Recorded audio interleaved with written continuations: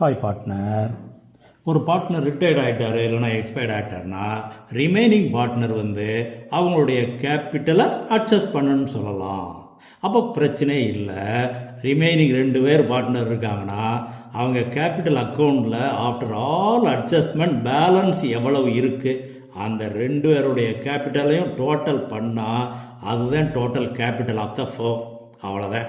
இதை அவங்களுடைய new ஷேரால் multiply பண்ணிடு. அப்போ ஒவ்வொருத்தருக்கும் கேபிட்டல் எவ்வளோன்னு வரும். இப்போது அவங்களுடைய கேபிட்டல் அக்கௌண்ட்டில் பாரு பேலன்ஸ் எவ்வளவு.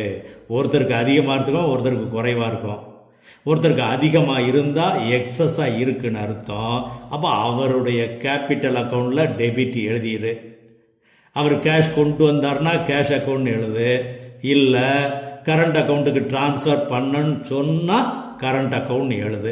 அவ்வளோதான். அதே இது ஒருத்தருக்கு கிரெடிட்டில் லெஸ்ஸராக இருக்குது, குறைவாக இருக்குன்னு சொன்னால் அப்போ கிரெடிட் சைட்லையே கேஷ் கொண்டு வந்தார்னா கேஷ் அக்கௌண்ட் எழுது. இல்லை கரண்ட் அக்கௌண்ட் மூலம் அட்ஜஸ்ட் பண்ண சொன்னாங்கன்னா கரண்ட் அக்கௌண்ட் எழுதிரு. இந்த கரண்ட் அக்கௌண்ட்டை பேலன்ஸ் ஷீட்டில் எங்கே காட்டுறது? கரண்ட் அக்கௌண்ட்டு கிரெடிட் பேலன்ஸுனா லைபிலிட்டி சைடு, டெபிட் பேலன்ஸுனா அசட் சைடு. இதில் முக்கியமாக கவனிக்க வேண்டியது, நம்ம கேபிட்டல் அக்கௌண்ட்டில் டெபிட் சைடில் கரண்ட் அக்கௌண்ட் எழுதுனோம்னா இது கரண்ட் அக்கௌண்ட்டில் கிரெடிட்டு, அப்போ பேலன்ஸ் ஷீட்டில் லைபிலிட்டி.